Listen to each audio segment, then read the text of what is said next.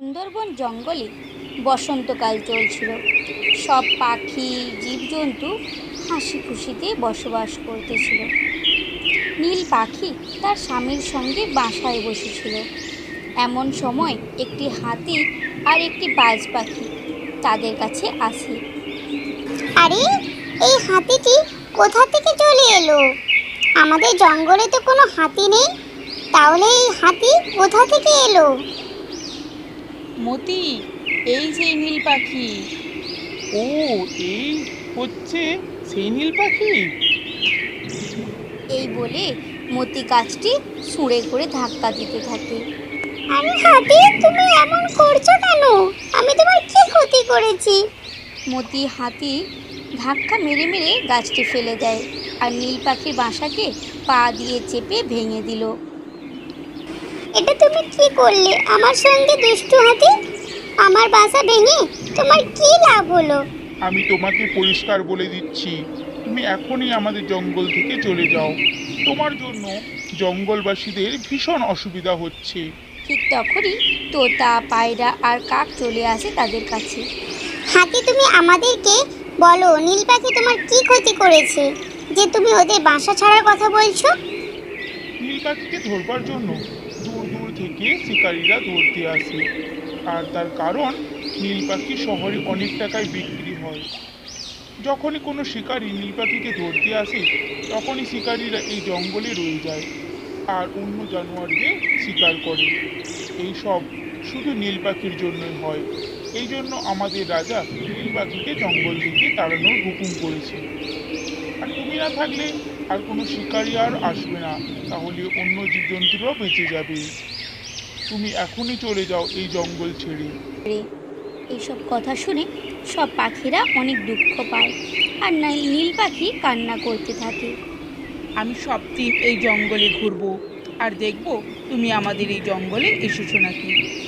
আমি যদি দেখতে পাই তোমাকে কোনো দিন, তাহলে আমি এসে আমাদের রাজাকে বলবো। যদি কোনো দিন আসো, তাহলে তোমাকে মেরে ফেলার সাজা শোনাতে বলবো। এইসব কথা শুনে নীল পাখি কান্না করতে করতে জঙ্গল ছেড়ে চলে যায়।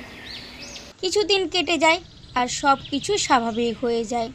সবাই হাসি খুশিতে জঙ্গলে বাস করতে থাকে।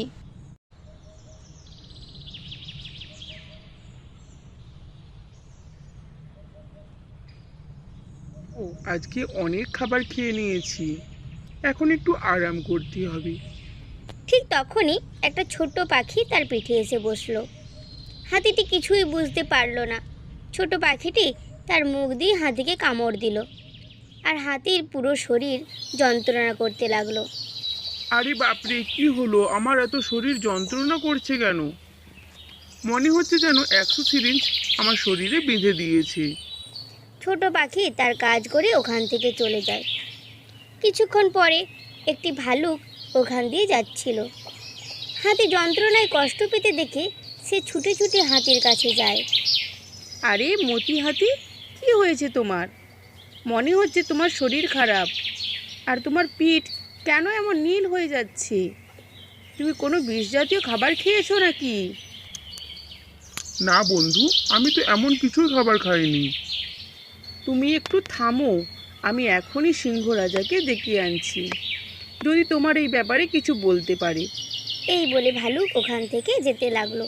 কিছুটা রাস্তা যাবার পরে আবার সেই ছোট পাখিটি ভালুকের পিঠে এসে বসলো আর তার মুখ দিয়ে ভাল্লুককে কামড় দিল। আহ আহ, এই আমার কি হচ্ছে? এমন মাথা ঘুরোচ্ছে কেন? ভাল্লুকের পিঠ নীল হয়ে গেল আর তার শরীর অনেক দুর্বল হয়ে পড়ল। কিছুক্ষণ পরে জিরাফ জল খেয়ে বাড়ি ফিরছিল, কিন্তু জিরাফের পিঠে ওই ছোট পাখিটি এসে বসে আর তার ঠোঁট দিয়ে কামড় দেয় জিরাফের ওপর, আর তার অবস্থা ভাল্লুক আর হাতির মতনই হয়ে যায়।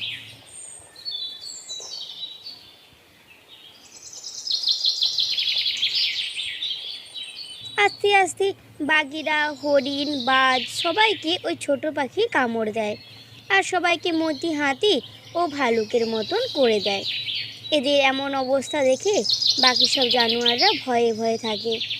জঙ্গলের রাজা সিংহের কাছে খবর গেল। সিংহ বলল, সব অসুস্থ জীবদের কাছে নিয়ে আসো, তাদের ব্যবস্থা করা যায়। সিংহ সব জীব জানোয়ারদের এমন অবস্থা দেখে ভীষণ চিন্তায় পড়ে যায়। আমি এই জঙ্গলে রাজা হয়েও কিছু করতে পারছি না, আমার রাজা হওয়াটাই ব্যর্থ। যদি তাড়াতাড়ি আমি এই অসুখের ওষুধ না খুঁজে পাই, তাহলে আমার জঙ্গলের সব জীবজন্তু শেষ হয়ে যাবে। তখন আর আমার বেঁচে কী লাভ হবে? অসুস্থ জীব ও জানোয়ারদের সুস্থ করবার জন্য ওদের ভালো করে খাবার ও ওষুধ দেবার ব্যবস্থা করো। আর জঙ্গলে কে কে আসা যাওয়া করে তাদের ওপর লক্ষ্য রাখো। আমার তো মনে হচ্ছে এটা কোনো মহামারী বা কেউ আমাদের মেরে ফেলবার পরিকল্পনা করছে। সিংহ এই অসুখের ওষুধ খুঁজতে থাকে, আর দুদিন পরে আবার এলো সেই অসুস্থ জীবদের কাছে। আর এসে দেখলো সব জীব আগের থেকে আরও খারাপ অবস্থা। অসুস্থ জীবরা অনেক আশা করেছিল হয়তো সিংহ তাদের এই অবস্থা থেকে মুক্ত করবে। তারা সবাই নিরাশা হয়ে যায়। এইসব দৃশ্য একটি গাছের ওপর বসে সেই ছোট পাখিটি দেখতে থাকে। আমার মনে হচ্ছে আমাকে অনেক দূরের জঙ্গলে যেতে হবে। আমি পাশের জঙ্গলে খোঁজ করে দেখলাম, কোনো ওষুধ খুঁজে পেলাম না। ঠিক তখনই সেই ছোট পাখিটি তাদের সামনে আসে আর পাথরের ওপর বসলো। আরে, এত ছোট পাখি! আমি ছোট পাখি। তোমার জঙ্গলে যে সবাই অসুস্থ তার কারণ আমি সবাইকে বিষ দিয়েছি। কিন্তু কেন? আমার জঙ্গলবাসী তোমার কি ক্ষতি করেছে? মনে করে দেখো কিছুদিন আগের ঘটনা। তোমার জঙ্গলবাসী মতি হাতি আর বাজ পাখি মিলে সুন্দর বন জঙ্গলে একটি নীল পাখি ও তার স্বামীকে তাদের বাসা থেকে তাড়িয়ে দেয়, আর তাদের বাসা ভেঙে তাদেরকে জঙ্গল থেকে বেরিয়ে যেতে মজবুর করে। আরে, ওটা তো আমি রাজার কথাই করেছিলাম। নিজের মর্জিতে আমি এমন কাজ কোনোদিন করতাম না। রাজার কথাই করেছো, কিন্তু অনেক ভুল কাজ করেছো তুমি। আমি সেই নীল পাখির মেয়ে। আমি সেই সময় তোমাদের অত্যাচার দেখতেছিলাম। তুমি আর বাজ পাখি মিলে আমার বাবা মাকে অনেক কষ্ট দিয়েছিলে। আমি তখনই মনে মনে ভেবেছিলাম আমি এই কষ্টের বদলা নেব। আমি ছোট, তাই লুকিয়ে লুকিয়ে দেখছিলাম, আর সময় বুঝে তোমাদের ওপর প্রতিশোধ নিয়েছি। আর তুমি যে জঙ্গলের রাজা, তোমার কথাই তো এমন হয়েছে। এখন আমার বাবা মায়ের অবস্থার জন্য তুমি দায়ী। তুমি জানো না আমার বাবা মা অন্য একটা জঙ্গলে ঘুরে বেড়াচ্ছে। তাদের কাছে না আছে বাসা আর না আছে খাবার। জন্ম থেকেই ভগবান আমাকে একটা শক্তি দিয়েছে। আমার ঠোঁট দিয়ে বিষ বের হয়। আমি ওই বিষ দিয়ে সবাইকে অসুস্থ করেছি। এইসব কথা শুনে জঙ্গলের সব জীব ছোট পাখিকে আজব চোখে দেখতে থাকে।